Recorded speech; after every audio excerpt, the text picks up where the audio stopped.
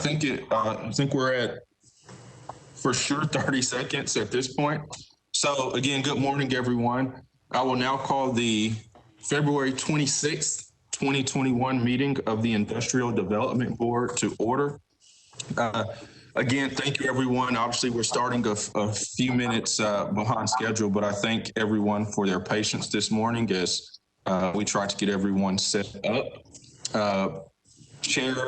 Our chair, Ginger Hauser, is on a pre-scheduled vacation, so she will be unable to attend today. I know that Board Member Davis as well had something come up, that's my understanding, with his brewery business, so he will be unable to attend. So with that said, I hope that our chair is having a wonderful time. I'm somewhat jealous that she's on vacation, but hope she has a wonderful, wonderful time, and I'm happy to be with you today. As vice chair, I will be presiding as chair over today's meeting. It is the opinion of the chair and staff that the items on today's agenda constitute essential business of this body, and that meeting electronically is necessary to protect the health, safety, and welfare of Tennesseans in light of the COVID-19 outbreak. Certainly hope there's a time we can get past this sooner than later, but are there any objections to that?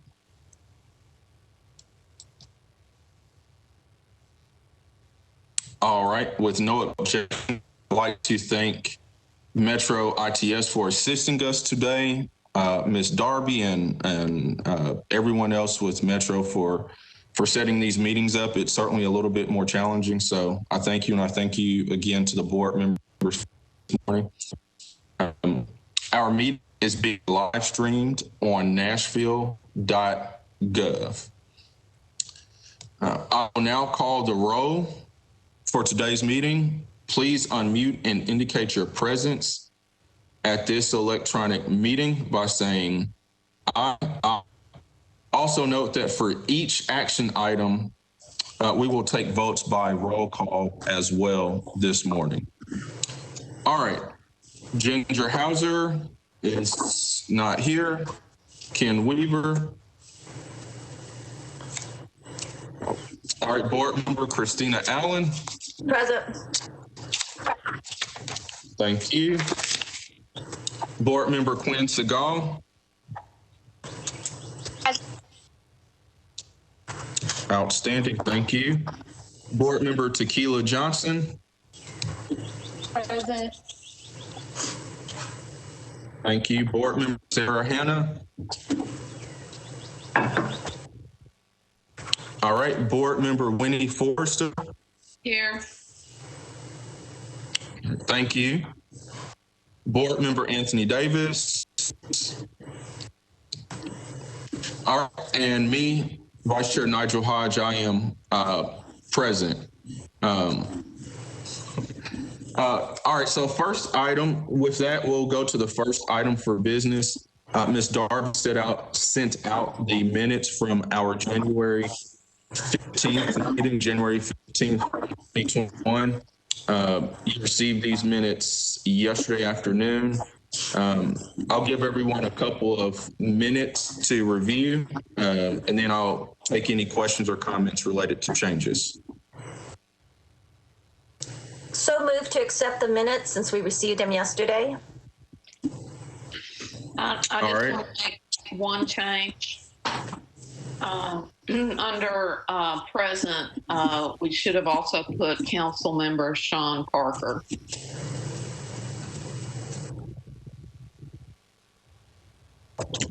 Can you say that one more time? Under present, council member Sean Parker was also at the meeting. That is correct. I would like to retract that, and with the changes by Councilmember Forster, move to accept the minutes. By board member Forster. Did I say council member? Sorry about that. To accept with the changes made by board member Forster. Sounds good though, Winnie. All right, so there is a motion on the table. Is there a second? I'll second it. It's Winnie. All right, so we have a second by Board Member Winnie Forrester. Thank you. We do have a second now. Any discussion?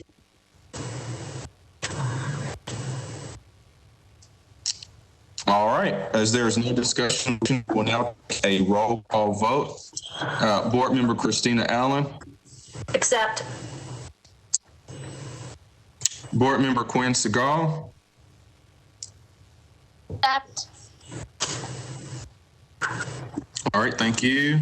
Board Member Tequila Johnson. Accept. All right. Board Member Winnie Forrester. Accept. All right, I'll accept as well. All right, with that said, we have a motion carried for the minutes to be approved with the one change with the council member. All right, thank you.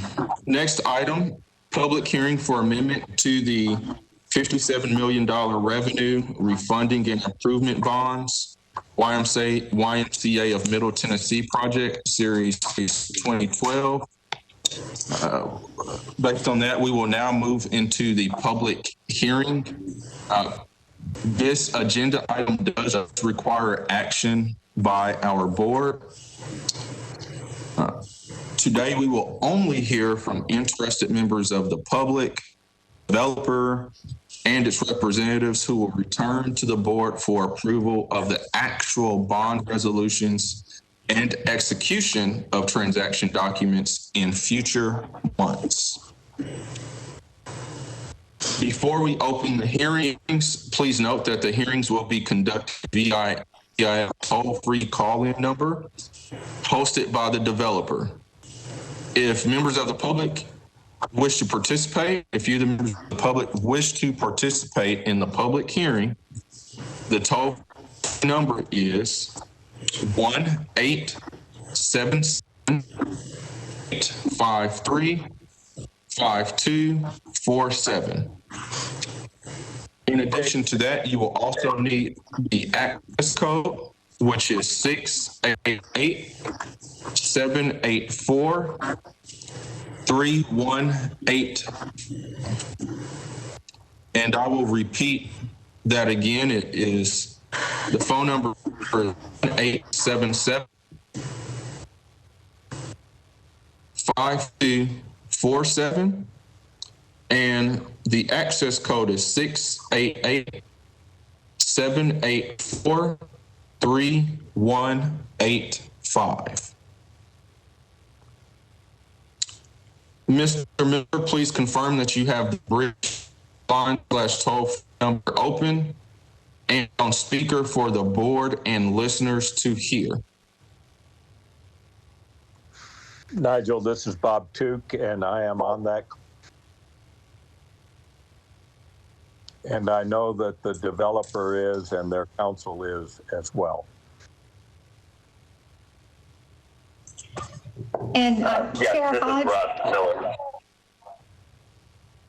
I have the call open on speaker so that the board should be able to hear it. Okay, thank you. The matter for public hearing is amendment to the $57 million revenue refunding and improvement bonds, YMCA of Middle Tennessee Project Series 2012. I will now open the public hearing via the 1-800 number. Mr. Miller, can you please let us know if there are any callers from the public who wish to be heard at this time? This is Russ Miller, Miss Fastberry and Sims. This is a public hearing for the YMCA of Middle Tennessee, and this is in relation to the use of proceeds from the transfer of the Maryland Farms facility and using those proceeds at the Brentwood YMCA. and the Green Hills YMCA. So if anyone from the public is on the call and would like to make any comments, we will take them now.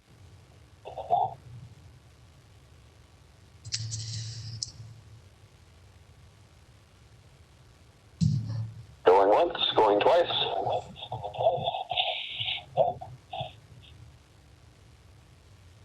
It sounds like there's nobody on. Bob, I'll turn it back over to you. Very good. All right. Well, all right. Appreciate it. Thank you, Mr. Miller. Hearing none. Yep. We'll conclude the public hearing. So thank you, Mr. Miller.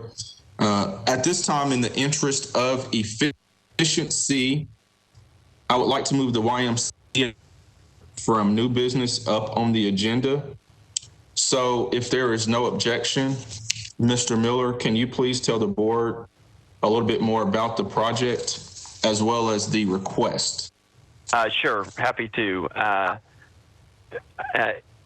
So this relates to the YMCA's outstanding bond issue that the IDB issued in 2012. Just sort of we've been here on amendments for this a couple times over the last few years, but just a brief recap. The bond issue was originally $57 million, and it's now been paid down to about $37 million. They're making regular, I believe, monthly payments on the bond, so the principal is coming down regularly. This bond issue financed and refinanced a number of projects across the Middle Tennessee-wise footprint, both in Davidson County, Williamson County, I think in Rutherford County as well. Those bonds were purchased by SunTrust Bank, now Truist Bank, and have been held by the bank since they were issued and continue to be held by the bank.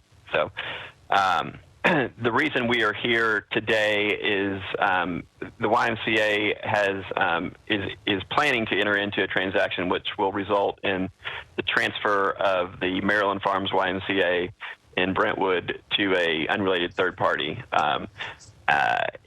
The YMCA intends to use the proceeds from that transfer to improve the Brentwood Y on Concord Road and the Green Hills Y as well. Those are the two closest YMCAs to the Maryland Farms YMCA. And so we are amending the original loan agreement to, number one, add those facilities as projects for this bond issue, and then for tax reasons that would probably interest no one, because that Maryland Farms facility was originally financed with proceeds of this bond issue. The YMCA needs to take remedial action because they will no longer be operating that facility. And so the remedial action that they are taking is to use those proceeds at these other YMCA-owned facilities.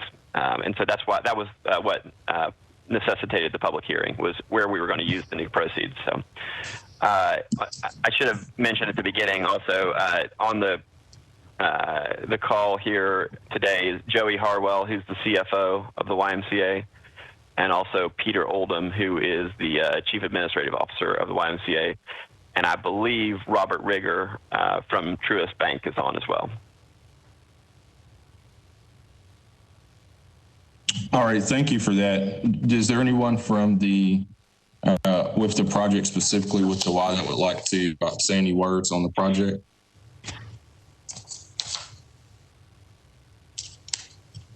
I don't think so, but happy to answer any questions. Okay. Well, we'll do this, and Bob, before I turn it over to some of our my colleagues for questions or comments, can you kind of give us a high level? Obviously, there were several documents that were sent out this week, but from a legal perspective, can you give us another summary, high level on those, and what the board is approving today, potentially? Yes, and essentially this is yet another amendment by the YMCA. They have been so diligent about doing this and doing this properly. So I want to start by congratulating them on their professionalism and their ability to handle this properly, which is by amendment. So they have proposed some amendments. They've opposed they did an amended application, and they paid a full application fee for that. They prepared a second amendment to loan agreement and a tax exemption certificate and agreement. And they published for the TEFRA hearing, as you've heard, and provided appropriately the affidavit of publication. So they've done all of that. And then so they have proposed that the board pass a resolution that they provided that I've reviewed, and that was sent to all the board members. So this is ready for the board to take action should the board wish to do so.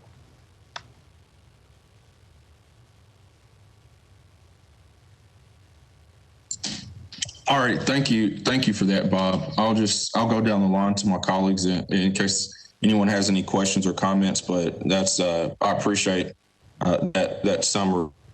And for those of us who don't have the legal aptitude that you have, that was a very great summary. So thank you. I'll start with Board Member Christina Allen. Do you have any questions or comments regarding this matter?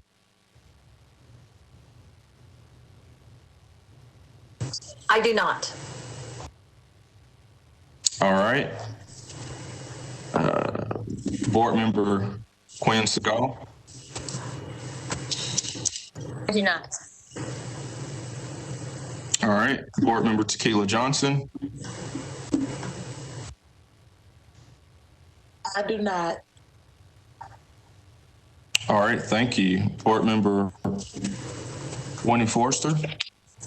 I do not. Thank you. All right. Thank you. All right. With that, I will entertain a motion to approve the resolution to amendment to the $57 million revenue refunding and improvement bonds YMCA of Middle Tennessee project, Series 2012, for approval as amended.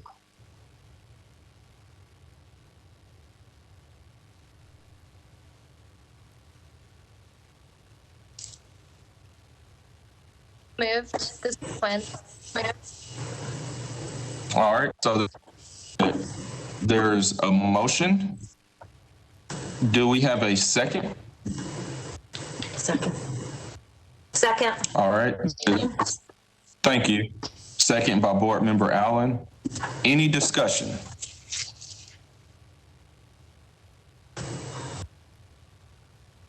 All right. We will now take a roll call vote. Board Member Allen. Accept, approve. Thank you. Board Member Segal. I approved. Thank you.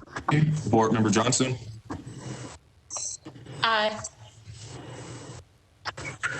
Thank you. Board Member Forster. Approve. Thank you. And me, as Vice Chair Nigel Hodge, I approve. With that, motion carries. So thank you, everyone, for your assistance on that. And thank you to everyone who hopped on the call right to this matter. Great. Thank you. Thank you very much. Thank you, everyone. All right. Have a wonderful day. Thank you. Have a great day. Take care.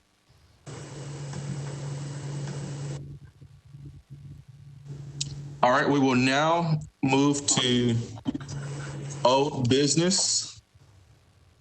Item number 4 of our agenda. Consider resolution to issue revenue bonds. Resolution authorizing the issuance of obligations in an aggregate principal amount not to exceed $2 million, the proceeds of which shall be loaned to Nashville Leased Housing Associates 1 Limited Partnership, a Minnesota Limited Partnership to finance the acquisition, construction, and equipping of a multifamily residential rental housing facility, providing for the pledge of revenues for the payment of such obligations, authorizing a supplemental agreement, a tax regulatory agreement, and an amended and restated land use restriction agreement, and authorizing other documents, certificates, and actions in connection with the issuance of such obligations. This project has come before the board on 2 prior occasions. For those of us who attended last month's meeting, we discussed this project and also had the local council member join that meeting as well last month in January. And again, there were some preliminary approvals at our last meeting in January of this year. So I'll ask Mr. Patel to kind of just tell us, for those who are not, Mr. Patel, we do have some board members who were not in attendance at last month's meeting. So if you wouldn't mind just giving us a quick update summary on the project. And again, this was the project. I had taken some pictures last month, and Ms. Darby was gracious enough to send out some of those pictures to the board last month, right after our meeting. So this is the project that we're discussing. So with that, Mr. Patel, I'll turn it over to you for a couple of minutes, and just to give us, again, high level on the project. I know that there's people already living in some of the units, but anything you'd care to share, we'd like to hear from you. Certainly, and good morning, board members, and Mr. Tuke. We are here, I think this is, by my recollection, the 3rd time. This is a very large project. It was a new construction transaction. And the nature of both acquisition rehab as well as new construction in the past year especially is that there have been significant cost overruns caused by COVID and a few other matters. So in this case, this was a transaction that was designed to obtain the 4% tax credits that is issued by THDA. But in order to have 4% tax credit issued for the project, you have to have a certain amount of tax exempt bonds. Because of the cost overruns, related to the COVID, they have experienced some additional costs that raises the overall budget for the project and therefore puts out of ratio the amount of tax exempt bonds that are needed. So the current transaction it's a small amount by in terms of bond transactions, but it's what's needed in order to make sure that they achieve those proper ratios. As a technical matter, what's going on with this particular bond issue is that we are using the proceeds of these tax exempt bonds to actually refund a portion of taxable bonds that were previously issued by the IDB board. We have Ryan Lunderby here from the project. If you have any questions about the project, and we have also Frank Hogan, who is serving as the underwriter or investment banker in the transaction, assisting Dominion Homes. And if you have any questions, I'm happy to answer them. As it relates to the resolution, it is a resolution not only authorizing up to $2 million of bonds, but also the various documents that are required to document the transaction. Be happy to answer any questions you may have. Thank you. Yeah, thank you for that, Mr. Patel. And again, just a reminder, so this is a project that's probably about 10 minutes from my home. So, I go to the Lowe's, Walmart. So I showed Google Earth at the last meeting, but just a reminder. So this project is just north of Brawley Parkway on Dickerson Pike. Great location. There's a Walmart, Lowe's. So for those residents that live in the community, there's a lot for them that they need. A lot of the resources and a lot of the necessities they need are right there. Obviously, Dickerson Pike is a major corridor as well. So great public transportation there, and obviously access to Brawley Parkway as well. So really great neighborhood. And I don't know if it was, I know when I went, it was not finished, but there will be a swimming pool, playground as well. Mr. Patel, before I turn it over to my other colleagues, How many residents, if you can tell us again, how many total units, and how many of those, like I said, I was there actually I was there again last week, but how many residents, how many total units, and how many of those are currently occupied at this point? Board Member Hodge, I can tell you that it's 261 units, but if you don't mind, I'd like to defer to Ryan to talk about the number of tenants currently. Yep, that sounds good. Thank you. Good morning, Vice Chair Hodge and board members. Ryan Lunderby with Dominium, the developer and owner and manager of the Cruise River Highland Ridge community. So we have 261 total apartment homes at the property. There are a couple of buildings that are still being finished, but 6 of them that are completed and have residents living in them. And as of late last week, we had 150 families living at the community out of the total 261 homes. How many? I'm sorry, Ryan, could you repeat that? A total of 150 residents are living on the property now. That's outstanding. And we talked about that. That's awesome. And we talked about it a little bit, but for those who did not attend, I know that it sounded like some of your costs, the reason why to some items with the topography and the land. And we kind of talked a little bit about borings and geotech. Without going into too much detail on that, can you again, just for those that weren't here, and like I said, we do geotech, so I understand you do borings, but you're not doing the whole property. So, even when you do that in your inspection period, there's still some level of risk because you're not doing borings over the entire property. But I know that was one thing you had mentioned at our January meeting that led to the increase. If you can speak to that as well, please. Yes, Vice Chair Hodge, you hit that nail on the head there with your description and your memory from the last meeting. So the primary driver of the cost overruns were related to existing soil conditions on the property. The property was used as a fill site when Walmart and Lowe's developed their stores. And so a lot of the soils that needed to be discarded were dumped on this property where the our apartment community is located. We knew that going in, and we had several third-party reports completed, soil borings, dug several test pits, and estimated what those costs would be, but it was more severe than we thought. And so to properly install, the foundations on solid footing and certain things like that, there was a tremendous amount of cost related to completing that work. And then, as Mr. Patel mentioned, there have been additional costs since then related to some delays that have come because of COVID. So. Yep. Thank you for that. And tell us, and how big again is the total development from a acreage standpoint? It is. Gosh, my memory.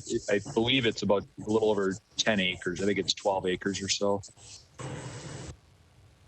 Yeah, and you all had to put up some massive retaining walls as well.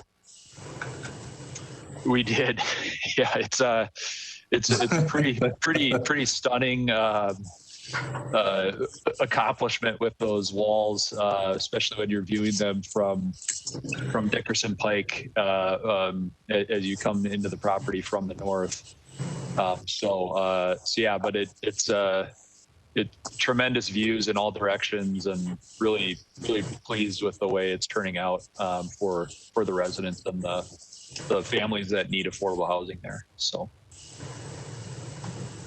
No, yeah, thank you for that. And I would say I concur with you on some of the views for those that didn't get the email. Like I said, if you're not familiar with where this project is, if you take a look at some of the pictures that Darby sent out last month, you'll get an idea of the views. But it's really pretty. So, and certainly again fits in kind of with, again, it's something that our board has it's been a main topic and theme for this board to look at ways to support affordable housing projects in Nashville, especially as costs continue, to increase. It's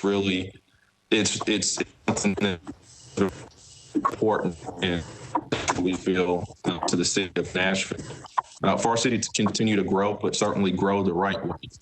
So I'm obviously a huge proponent of the project. I think it's great, so thank you. And I would just say, just high level, just because, we deal with these challenges as well. When you're dealing with the 10-acre site and you run into issues with the soil, it can be extremely costly, especially on a site this large.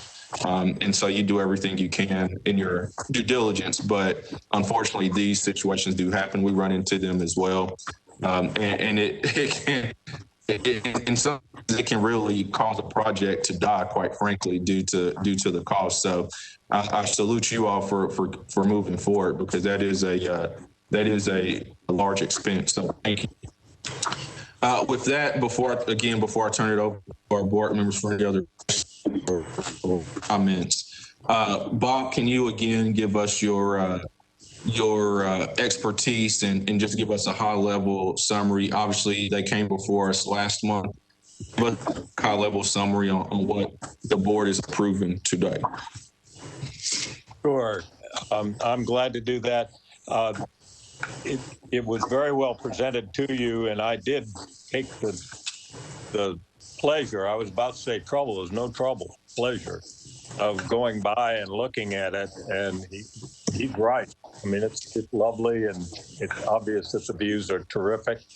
There are a number of documents that were required in order to accomplish what was well described by Mr. Patel in terms of the legal nature of what happened. Amended and restated land use agreement had to be entered into. A supplemental agreement having to do with moving forward with a new note, a new promissory note had to be reviewed and would be approved in this resolution. A new tax regulatory agreement, bringing forward the tax issues that you heard described, a Series 2021A note to reference the nature of the debt, a closing certificate that has been prepared for the IDB, the usual kind of legalisms like signature and no litigation certificates, and issuer approval materials, and certificates of receipt of delivery, and the final closing documents. And there actually is going to have to be a legal opinion. We'll have a bond counsel opinion, and we'll have an issuer counsel opinion. That would be me. And we're all on schedule to do all of that. So any questions about that? Yeah, I'm okay, thank you. But I'll see. Thank you for that, Bob. I'll turn it over to my colleagues and see if they have any comments, or not just comments or questions for you, but certainly for Ryan Lunderby as well with Dominium. I'll start with you, Board Member Allen. Any questions or comments pertaining to this project? Not at this time. All right, thank you. Board Member Segal. No comments or questions. All right, thank you. Board Member Johnson. No comments or questions. All right, thank you. Board Member Forrester. No comments or questions. All right, thank you. Again, we spent a lot of time on this at our January meeting as well. I'm sorry. I have a Yes, question. go ahead. I just, Sure. It's a comment. I think early on when they first presented this, it's not part of what we do, but it was, we talked about financial literacy, what you're doing in your community club for your renters, and what part of corporate social responsibility you all might make to evolve your tenants. It's not required. It's just, as someone who believes in affordable housing for all, this is an opportunity where you have a group of people in your complex that can be educated, and just, there's a lot of partnerships where you can bring in people to your clubhouse and talk about affordable housing, financial literacy, or anything like that. And if you need any of that help, there's a lot of us on the board that do more than just this board, but we believe that that is a key value of our city, to always give a hand up. And if you can need that advice or recommendation, we would love to be partnering with you, not as part of the board, but part of as a community leadership that we are. So I highly recommend that, and take that into consideration. Thank you. Yeah, thank you, Board Member Allen. Ryan, is there anything specifically that's a great comment? So we did talk about that previously. Ryan, do you all have any programs currently in place? And I think that's great. I know some of the developments that are close to my house, there are certainly, they partner with organizations to just continue to educate the residents on various things. Some of it it may seem simple to a lot of people and normal, but, getting on the computer to pay bills or which is, for a lot of people, very common these days, but for some it's not. Do you all currently have any partnerships or programs in place at this time that you can speak to us about today? Vice Chair Hodge and Board Member Allen, I appreciate you bringing that up, and it's certainly an opportunity that I'd like to follow up with you all on. We pretty regularly look to partner with nonprofits and other community resources in the areas of our apartment communities, and have several properties throughout our portfolio where we try to connect social services and things that would help residents in education. I don't think that is in place currently at this specific project, given we're just opening, but I'd like to follow up on that with our management team and do that. One thing that has been tremendously important, certainly over the last 12 months, is we've been overly communicative and involved with the families that live with us, relating to ability to pay rent during this pandemic, and understanding their situations, and then proactively trying to connect them with local, state, and federal programs that can help provide additional funds for them for the month or something like that, if they're struggling to come up with resources due to the job losses or any things like that related to the pandemic. And so that I know is happening. We also work very closely with MDHA, who's a partner with us on this project, but also provides Section 8 vouchers for residents that live at this community as well. So I think it's a great point. It's something that our organization doesn't specialize in providing the services ourselves, but we do often partner with people. So I'll certainly follow up with that. I will just say, your lender, your bank, always with CRS, they have programs that can do it for you. It's just opening up your club or your space and marketing to your residents, but you have things, low-hanging fruit right in front of you that will probably do the work. We're just trying to open up that mindset to just make sure our residents in Middle Tennessee and Nashville are elevated. So and also I'm on the board of Habitat. We're building out there in North Nashville. If there's qualified candidates, that are doing really well, we can partner. So that's outside of this, but I think all of us that are on the board are leaders in our communities, and we want to offer that. So if you reach out to me or any of our board members, and we can get things going. Thank you. That's great to hear. Our actually our one of the principals of our company is on the board of Habitat in Minneapolis, and we have a lot of great partnerships with them as well, providing funds to build homes and Let's do it. Let's do it. Thank you. That's great. Yep, Miss Darby. After the meeting, if you wouldn't mind sending out, and Ryan, if this is okay with you, Miss Darby can send out contact information to the board, and anyone such as board member Allen can then reach out to you and coordinate some organizations that our board members are familiar with to help you out if you're comfortable. I guess you're on the spot, but if you're fine with that. No, of course, we'd welcome that. So thank you. Well, outstanding. And, I'll say lastly of 2 items.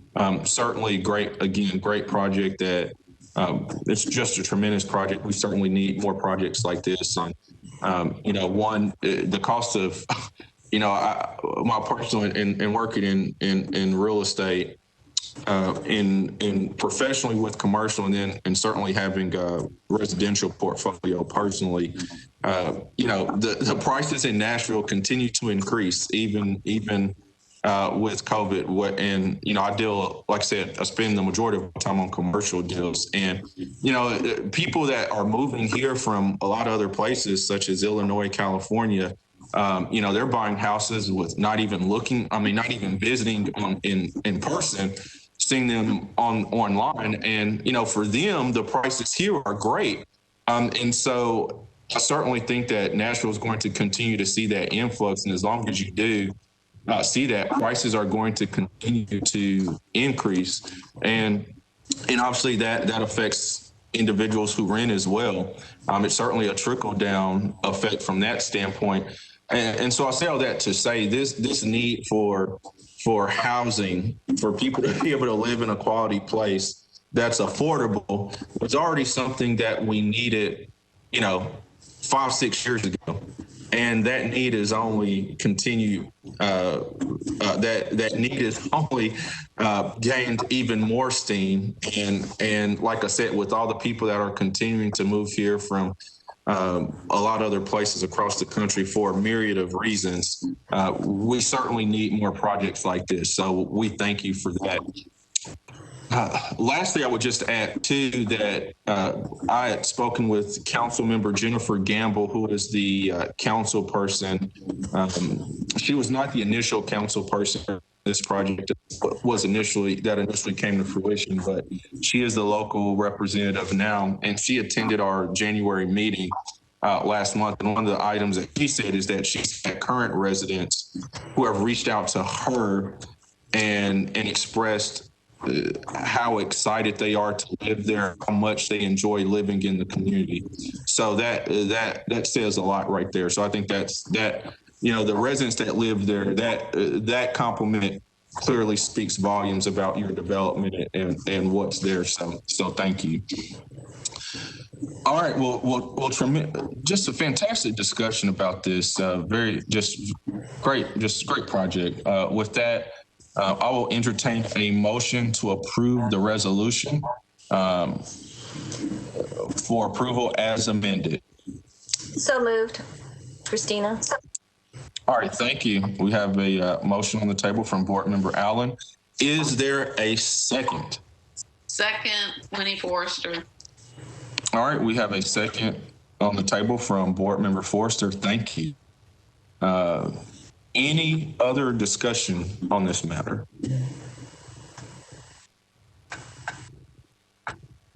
All right. With no discussion, we will now take a roll call vote. Board Member Allen? Accept. Thank you. Board Member Segal? Aye. Thank you. Board Member Johnson? Aye. Thank you. Board Member Forrester? Approve. Thank you. And I'll approve this. And well, let me check with Ms. Darby. I've been doing, Ms. Darby, is it okay for me to vote on these matters? Typically, the chair doesn't vote unless it's to break a tie, but there's it's okay. Well, I won't vote then. So, most, I think everybody knows my feeling about the project anyway. So, I'll thank you, Ms. Darby, for that. So I won't vote. So with that, we have 4 yays. So motion is carried. Thank you. Thank you, everybody. And thank you again, Mr. Patel and Ryan. We certainly appreciate the project. Look forward to maybe at some point once the world gets certainly together, if there's ever an opportunity, once the world gets back to normal, if there's ever an opportunity for us to tour, I know some of us would certainly be interested in that. I know that myself and board member Weaver attended the grand opening, the groundbreaking ceremony back in, I think that was May of 2019. So that was really neat. So again, hopefully at some point the world gets back to the real normal, not this new normal, and maybe there's an opportunity for us to do that. But we thank you for your time today. Thank you, board members and Vice Chair Hodge. We appreciate it, and we'll certainly follow up with you on that. And we intend to do a grand opening, to your point, when it's safe to do so. So, thank you. Yes, please let us know. Thank you, and please share your information with Ms. Darby as well, please, so she can send it out. Will do. All right. Thank you. Have a wonderful day. Thank you again for your time. Thank you. All right. Well, we were just moving right along this morning. I thank you again for everyone's patience as we're a little delayed today. So thank you. So under new business, we had the YMCA bonds, but we did move that up on the agenda already right after as part of the public hearing. So we can move on to the next item. Which is discussion of the ad hoc affordable housing committee. So what I would say again on this matter, obviously, as we just stated, there has been a substantial amount of interest from myself and you are as a board. I think we all recognize the challenges. Nashville is a great city, and that's why so many people are moving here. But I think we all recognize some of the challenges that come with that from a affordable housing perspective, and just simply due to the rising cost of housing. We had potentially planned to devote a large amount of time to this at today's meeting. Obviously, our chair was out on a pre-planned vacation, and we have several other members out. So I would recommend again that we will put this on the agenda item for our March meeting, and we can talk about this some more.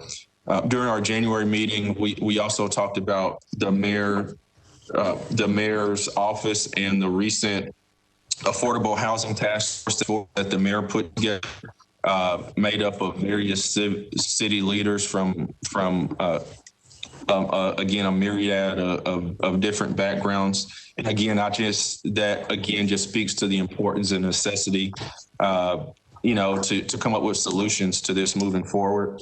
Our Chair Hauser has been working with Metro, so there will be a representative from the task force that will be in attendance at our March meeting. So our chair has been working on that. So look forward to that. And then we can just table this item until the March meeting to really get into this matter in greater detail. Any other comments or questions on that?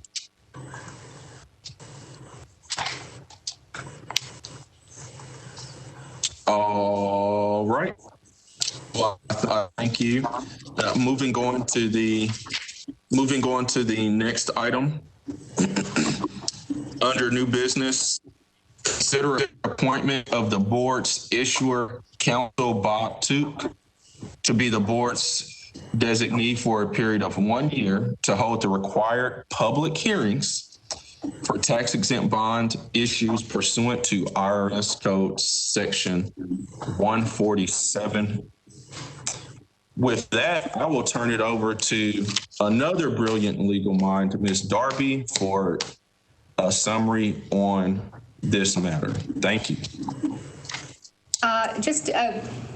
This is Margaret Darby. Just a quick kind of background for the board members. I know several of you are new. Some of you have been on the board for many years, but even for the board members who have been on for many years, we have not had a lot of new requests for new bond issues since probably about 2009, that time frame. It's been a really long time. So, and in the past couple of months, we've had 2 come up, which is just a little bit unusual. And so we don't have on file, we don't have a delegation of authority to the issuers council, Bob, in this case, to hold the public hearings outside the scope of a board meeting. There are a couple of reasons why you would want to have it outside the scope of a board meeting.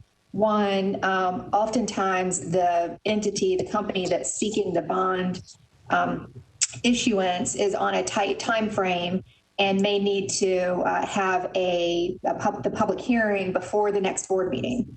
And so they have a specific time period for which they have to publish the notice for a hearing, but the laws don't require that hearing be at a board meeting. It can be set whenever. And so instead of trying to get a quorum together to have this public hearing, I was thinking that we could follow this other path that the board used to follow pre-2009, which is council would hold the public hearing outside of the scope of the meeting, whether that hearing is in person, which is the way it would normally be conducted under non-pandemic times, or whether it be via the 1-800 number or the toll-free number like we've been doing for the past 2 public hearings.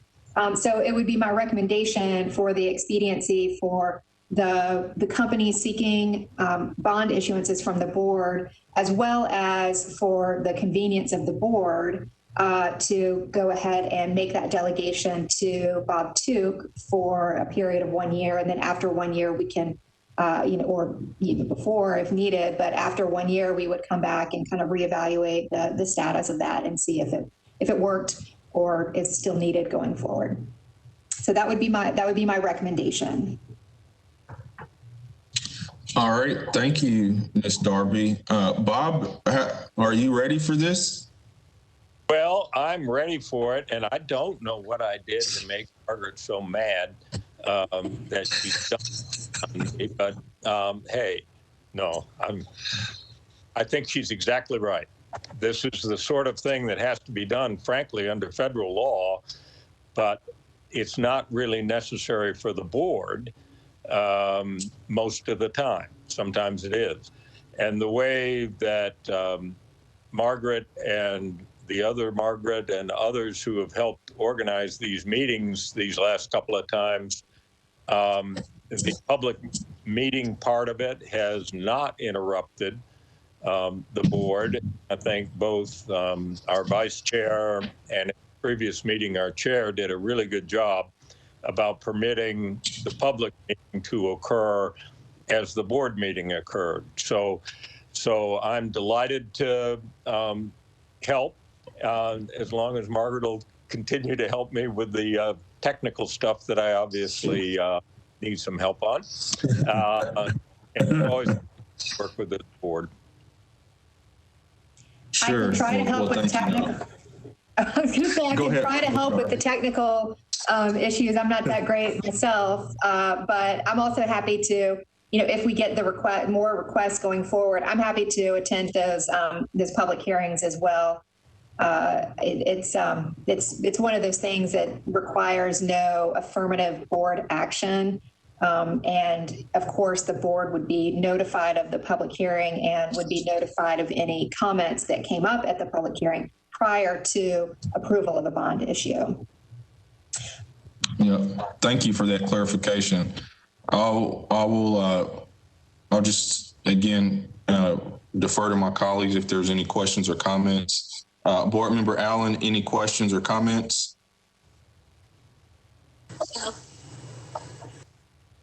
All right, Board Member Segal.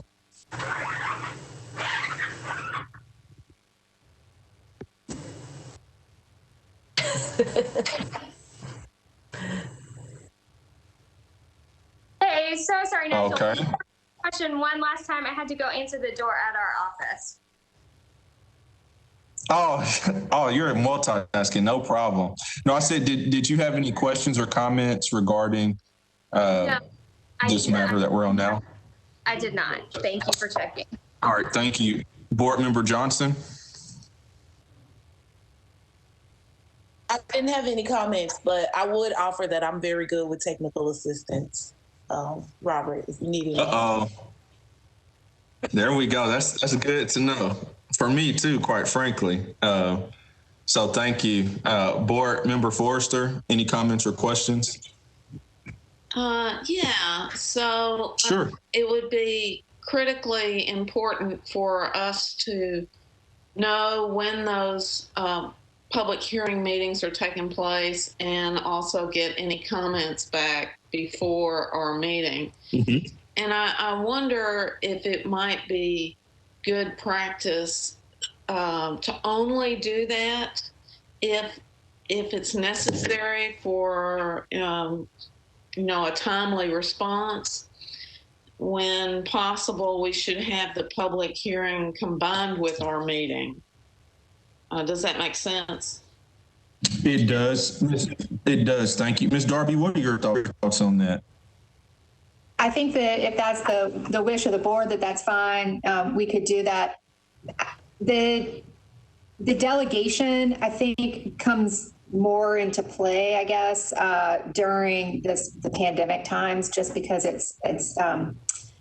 it gets kind of cumbersome to try to have the call while we're all on a call, and so it's this kind of double call-in feature, and so it gets to be kind of cumbersome.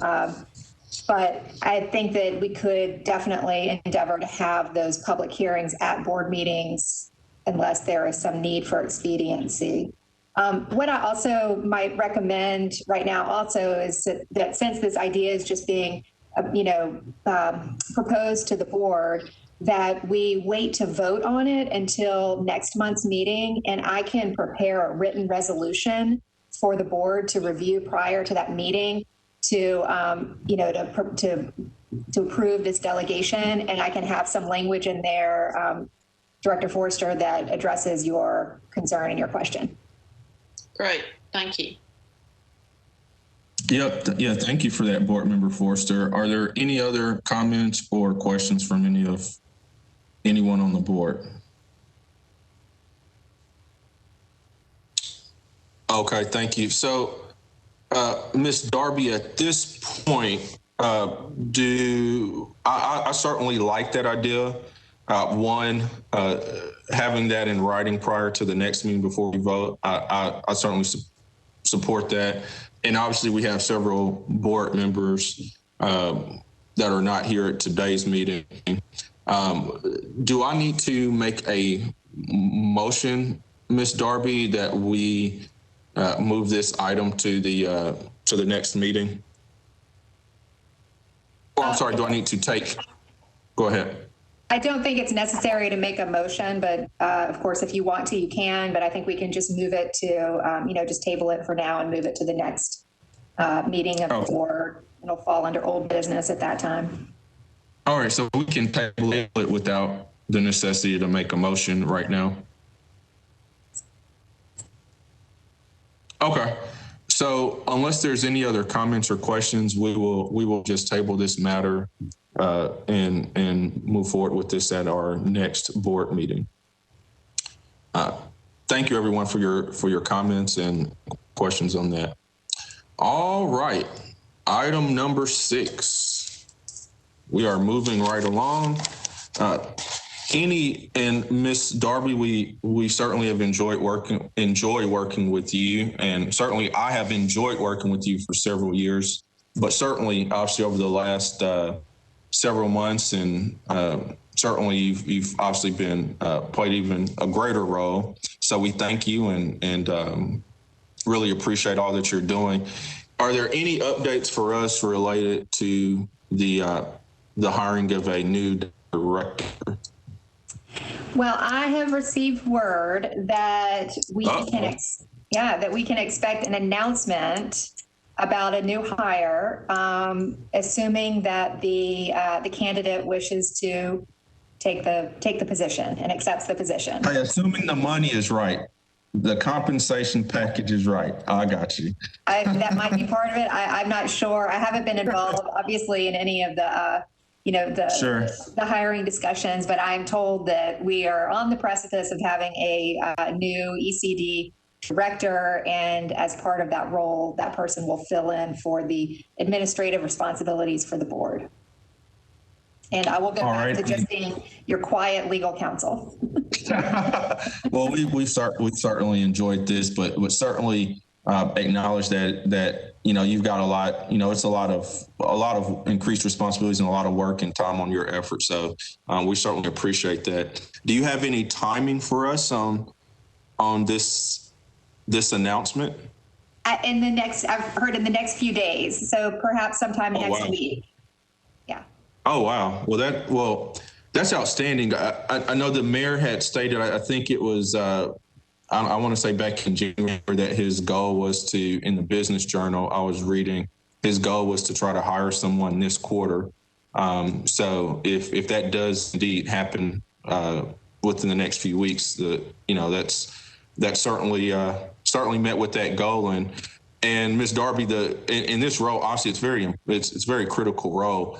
This has been a very the Metro has cast a very wide net, correct, in trying to find the absolute best candidate available, correct? That's my understanding. Okay. Well, thank you for the news. Does anyone have any comments or questions? All right. Well, thank you for the update on that, Ms. Darby. As it pertains to, so we'll move to the next item, approval of financial matters.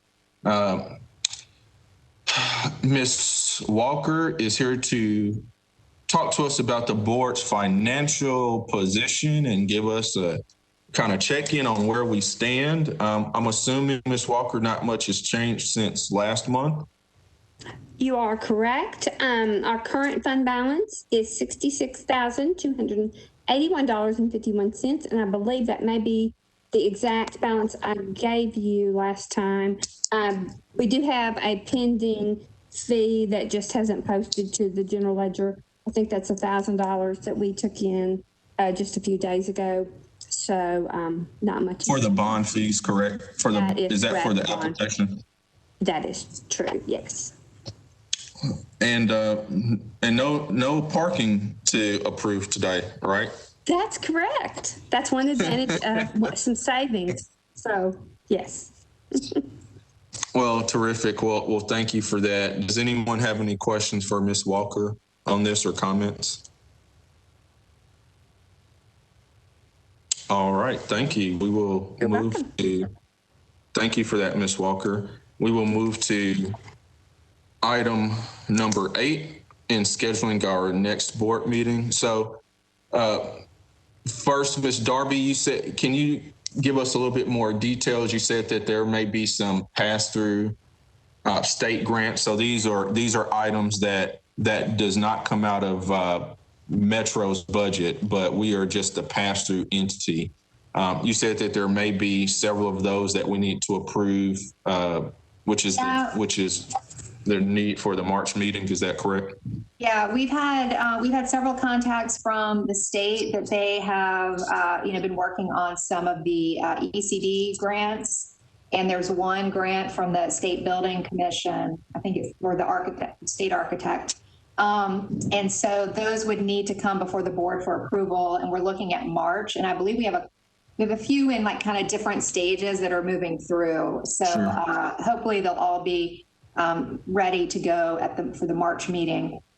And then hopefully also at the March meeting, if, assuming that there's a new ECD director, we'll have that introduction and that person joining us at that meeting.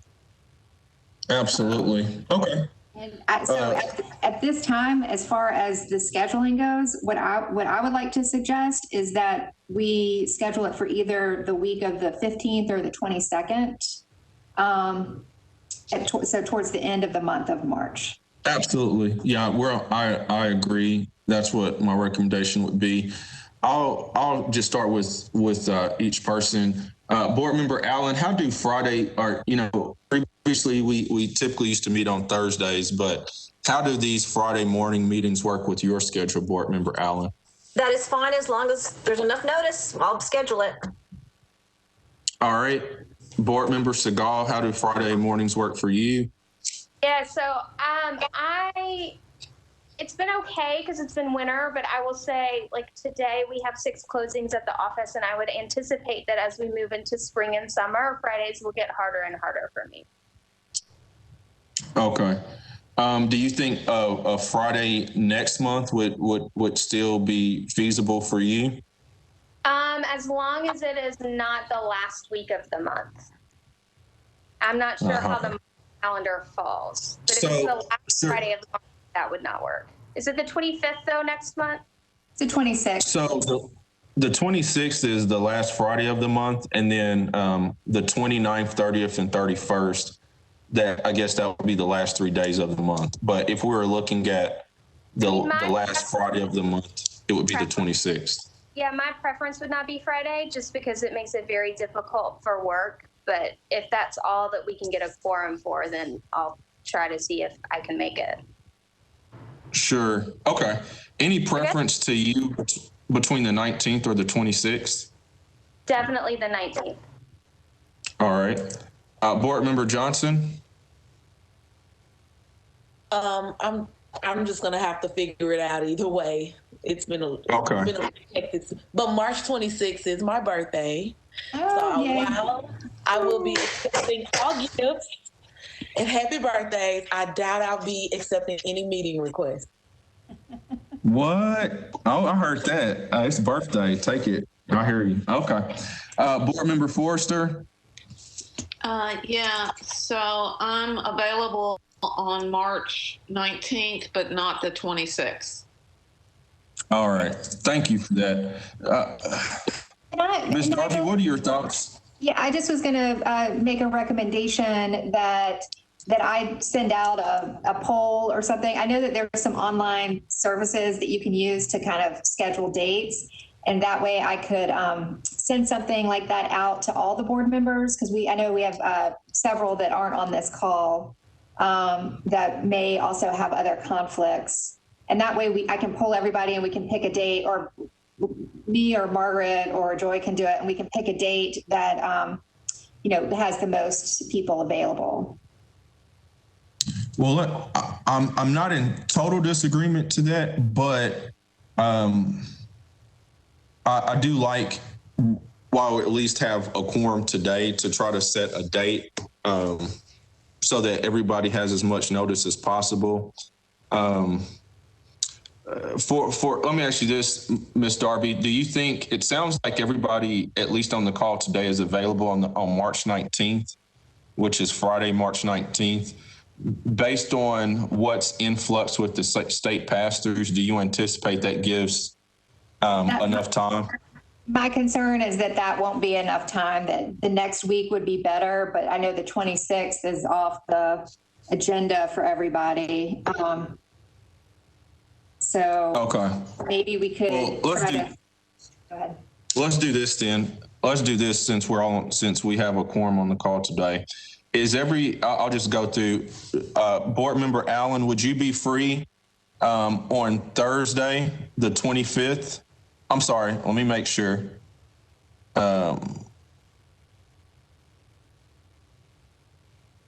Would you be free, yes, on Thursday, March 25th? You're muted, Christina.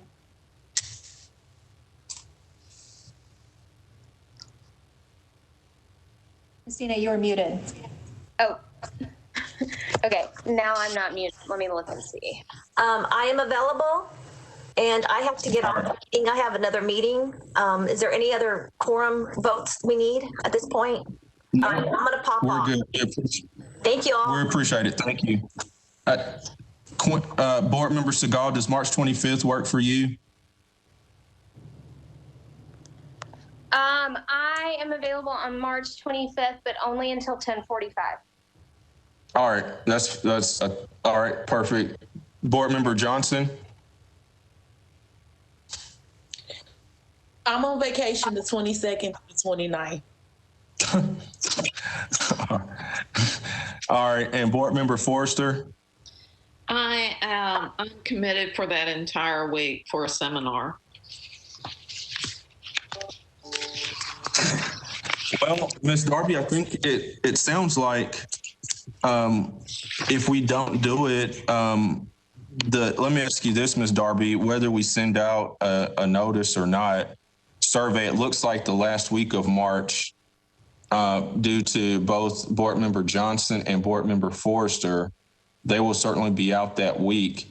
If we push into the next week, which would be the 1st of April, would that work for the grants that we have coming up if we had to do that? I'm not sure, but I will be out of the office on the week of the 29th. So the 29th through the 5th, I will not be in the office. So it would have to be, if we moved into April, it would need to be after the 5th. I mean, all right. I could probably send my junior attorney to handle everything, but with it being the first meeting of our if we have a new person and that's yeah, we certainly want to have you. Yeah. All right. So I guess what I would say then, Ms. Darby, is can you check, and I would say let's try to do this by early next week. Why don't you, do you think you can get an answer as far as timing on these pass-through state grants? Because it looks to me like we likely need to either have the meeting, like March 19th, which you said may be too early, or we need to push it into April. So if you could check on that and then send something out early next week, that way everyone has as much time as possible on the next meeting date. Absolutely, I can do that. All right, thank you. Does that work for Board Member Segal, Board Member Johnson, Board Member Forrester? Does that work for you?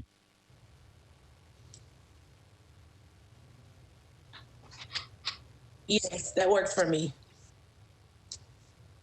Okay.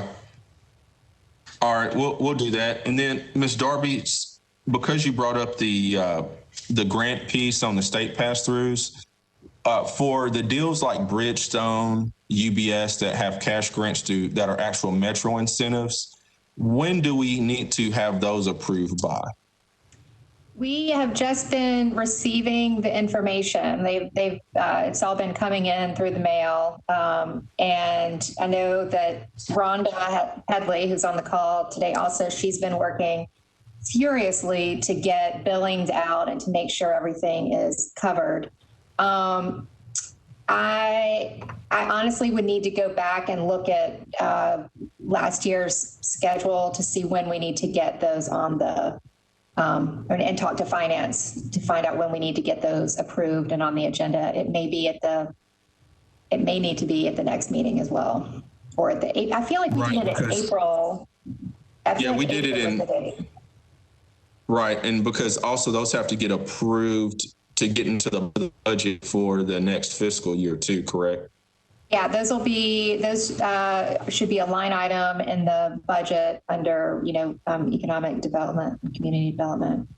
All right. So I think I'll talk to Rhonda offline. I know she'll have some more information on that and some timing on that. Okay, well, that's exciting. All right, well, that sounds good. And put that in my notes. All right. Oh, sorry. Thank you. Well, that sounds good. So check on that. And then I may, if anyone is interested, I can have Ms. Darby send this out. There's a great article that I read. I think it was right after our last month's meeting. Ms. Darby with Kevin Crumbo. in the Business Journal, speaking about economic development and the future of incentives in Nashville. It was a really interesting article. And if you're interested, Ms. Darby, I'll send that to you if you haven't seen that. And if you wouldn't mind sending it out to the board members. It's not a long article, but just very, very interesting. We get into kind of the new era potentially with economic incentives and the role that this board can play. I'd be happy to do that. All right, thank you. All right, are there any other matters or comments or questions from anyone today? All right, Miss Darby, do I need to officially entertain motions to adjourn the meeting? You don't. You can adjourn by acclamation. Technically, we don't have a quorum any longer, so we can't take on any new business. Yeah. There we go. Yeah. Well, there we go. Well, first of all, again, thank you all, Board Member Forrester, Board Member Johnson, and Board Member Segal. Really appreciate you all jumping on today. Certainly we had a very productive meeting, and we had some delays and challenges at the beginning. So again, thank you everyone for your patience. And I hope that I did a good enough job trying to fill the shoes of our wonderful chair, Chair Hauser. So anyway, thank you all for your patience with me and some of our delays. Have a wonderful Friday, a wonderful weekend, and Ms. Darby will send something out next week so that we will set dates for the next meeting.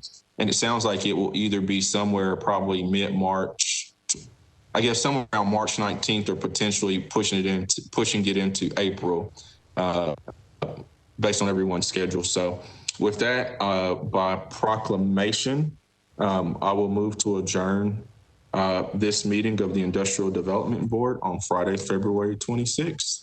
So, Ms. Darby, does that do it? That's good enough. That's good.